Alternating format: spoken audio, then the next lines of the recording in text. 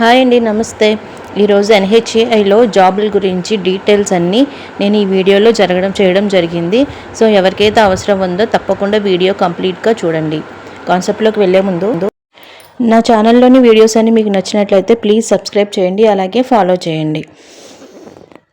NHAI జాతీయ భారత ప్రభుత్వానికి చెందినటువంటి అత్యంత కీలక సంస్థల్లో ఒకటైన national highways authority of India నుంచి ఒక నిరుద్యోగులకి ఒక గుడ్ న్యూస్ అయితే రావడం జరిగింది. రోడ్డు ట్రాన్స్పోర్ట్ మరియు హైవేస్ మంత్రిత్వ పరిధిలో ఈ సంస్థ నుంచి మనకి 84 పోస్టులకు అయితే నోటిఫికేషన్ రావడం జరిగింది. ఈ అవకాశం ముఖ్యంగా అకౌంటెంట్, అడ్మినిస్ట్రేషన్ మరియు ట్రాన్స్లేషన్ విభాగాల్లో అయితే మనకి ఓపెనింగ్స్ అయితే ఉండడం జరిగినాయి. సో ఇక్కడ డీటెయిల్గా వెళ్ళినట్లయితే జాబ్స్ గురించి deputy manager, library and information assistant, junior transformation officer, accountant మరియు స్టెనోగ్రాఫర్ పోస్టులు అయితే మనకి ఖాళీగా ఉన్నాయి. పోస్ట్ని బట్టి వాళ్ళ యొక్క క్వాలిఫికేషన్ని మారుతూ ఉంటాయి.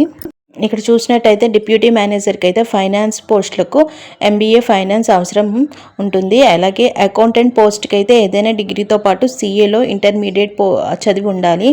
అలాగే స్టెనోగ్రాఫర్ మరియు లైబ్రరీ అసిస్టెంట్ వంటి పోస్టులకు డిగ్రీతో పాటు నార్మల్ స్కిల్స్ అనేవి వాళ్ళకి కావాలని అడుగుతున్నారు.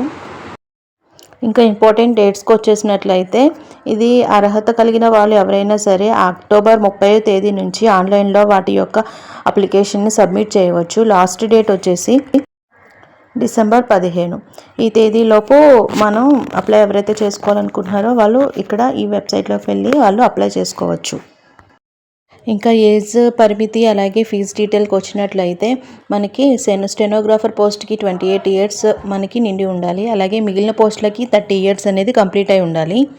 అలాగే గవర్నమెంట్ రిస్ట్రిక్షన్ ప్రకారం SC STలకు 5 ఇయర్స్, అలాగే OBC అభ్యర్థులకు 3 ఇయర్స్ వరకు ఏజ్ సడలింపు అనేది ఉంటుంది. ఫీజు కూడా SC ST PW అభ్యర్థులకు ఎటువంటి ఫీజు ఉండదు. అలాగే UR OBC EWS అభ్యర్థులకు మాత్రం 500 రూపీస్ అనేది చెల్లించాల్సి వస్తుంది. అలాగే ఎంపిక ప్రాసెస్ అనేది పోస్ట్కి బట్టి మారుతూ ఉంటుంది. ఇందులో వచ్చేసి మనకి ఎంపిక ప్రాసెస్లో కంప్యూటర్ ఎగ్జామ్, అలాగే స్కిల్ టెస్ట్, అలాగే ఇంటర్వ్యూ అనేది ఉండడం జరుగుతుంది. సో సెంట్రల్ గవర్నమెంట్ జాబ్ అయితే ఎవరికి ఇంట్రెస్ట్ ఉంటుందో వాళ్ళు తప్పకుండా దీనికి అప్లై చేసుకోండి. దీనికి 7th పే శాలరీ అయితే వీళ్ళు ఇవ్వడం జరుగుతుంది. సో పోస్ట్కి వచ్చి మనకి 56,000 నుంచి 1,70,000 దాకా మనకు శాలరీ ఉండడం జరుగుతుంది. సో ఎవరైతే ఇంట్రెస్ట్ ఉందో వాళ్ళు తప్పకుండా వాళ్ళ అప్లికేషన్ని సబ్మిట్ చేసుకోండి. Thank you so much.